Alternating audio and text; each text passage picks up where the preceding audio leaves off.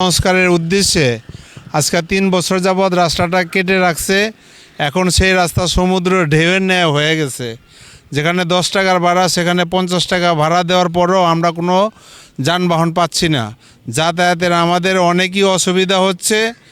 যদি এই রাস্তা মেরামত করতে বিলম্ব হয় তাহলে আমি সরকারের কাছে আবেদন করব যে আমাদের পূর্বে যে রাস্তাটি ছিল যাতায়াতের জন্য অন্তপক্ষে ততটুকু যেন করে দেয়। অন্তপক্ষে এই 3-4টা ইউনিয়নের লোক যাতে খুব অল্প সময়ে বা সুন্দরভাবে যাতায়াত করতে পারে, সরকার যেন সেই দিকে একটু দৃষ্টি রাখে। সাথে সাথে আরেকটু বলতে চাই, এই যে মতিঝিল দেখা যায় এখান থেকে আমাদের পাশেই, এখান থেকে আমাদের 1 কিলোমিটার দূরত্ব রাস্তা।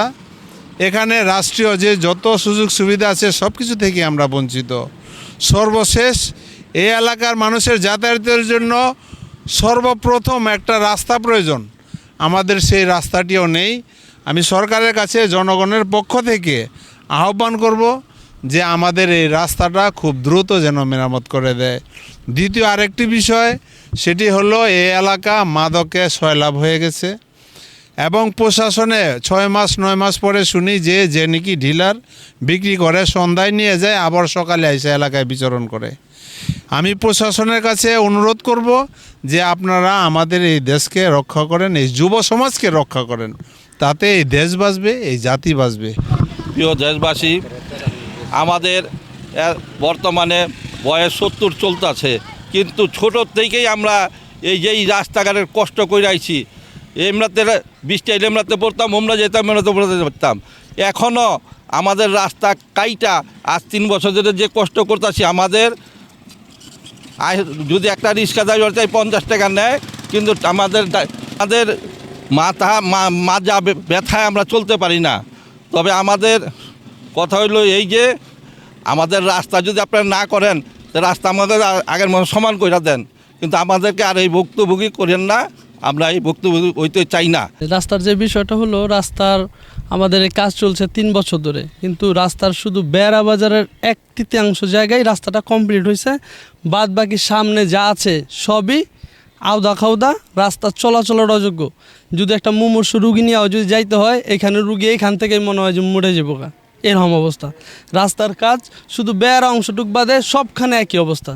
তা আমাদের দ্রুততম সময়ের মধ্যে যদি রাস্তাটা একটু মেরামত করে দেয়, যাওয়ার উপযুক্ত করে দিল, আমাদের এলাকার মানুষের জন্য খুব উপকার স্বরূপ একটা আচরণ হয়। এবং আর একটা জিনিস, যে এই রাস্তা এক নেকে পাস হয়েছে, রাস্তার কাজ আমরা মাঝে মাঝে শুনি যে ড্রেনের লাইন পুরাটা হইব, মাঝে মাঝে শুনি যে ইকুরিয়া পর্যন্ত অর্ধেক হইব। এখন যদি এক নেকে যদি যে ড্রেনের লাইন যদি এটা যদি পাস হয়ে থাকে, তাহলে যেন পুরোটাই হয়।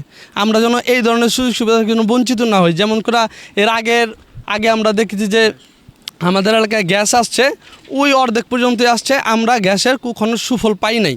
এখন ড্রেনের লাইনও যদি অর্ধেক হয়, আমরা যদি সুফল না পাই, তাহলে আমরা সবসময় বঞ্চিত রয়ে গেলাম। এইখান থেকে চায় দেখেন রাস্তার অবস্থা, বৃষ্টি হইলে হাঁটু পর্যন্ত পানি, গাড়ি যাইতে চায় না। 10 টাকার গাড়ি ভাড়া, আমরা 50 টাকা সাথে তারপর যাইতে চায় না, গাড়ির অবস্থা পাওয়া যায় না। এলাকারবাসী খুবই দুর্ভোগে থাকে। এবং আমাদের এলাকার এই যে শিক্ষার ব্যবস্থা বলেন, যখন যাতায়াতের কস্টিং খরচ বাইরে জায়গা, তখন সব কিছুর কস্টিং খরচই বাইরে জায়গা। যাতায়াত আমাদের সুবিধা করে দেন, যাতে আমরা শর্টকাটের জন্য পোস্তগোলা পর্যন্ত যাইতে পারি, এবং ড্রেনের লাইনও যেন আমাদের পুরোটাই যেন আসে। আমরা এই আবেদন জানাতেছি এলাকাবাসীর পক্ষ থেকে। মাদকের ব্যাপারে বলতে গেলে, এই এলাকাটা মাদকে পুরোপুরি সয়লাভ। কেউ যদি এলাকাবাসী যদি প্রতিরোধ করতে চায়, এককভাবে কখনো এটা প্রতিরোধ করা সম্ভব না। এলাকাবাসী সবাই যদি একত্রে আসে, তারপরে মাদকের যে তাদের যে সাম্রাজ্য, এটা অনেক বড়। এটা ভাঙতে গেলে পুলিশও হিমশিম খাওয়া যায়। পুলিশ আসে, প্রশাসন আসে, আইসা সকালে ধরে নিয়ে যায়, বিকালে ছেড়া দেয়। সাধারণ মানুষ আমরা চা দেখা ছাড়া আর কিছু বলার নাই। আর কেউ যদি বলতে যাই, তারাও আমাদের উপরে খুব চড়াও হয়, আমাদের সাথে হুমকি ধুমকি পর্যন্ত সহ দেয়। মাদককে এই এলাকায় যদি প্রশাসন যদি নিয়মিতভাবে যদি এখানে এই যে অভিযান চালায়, তাহলে এই এলাকা মাদক ইনশাল্লাহ নির্মূল হয়ে যাব।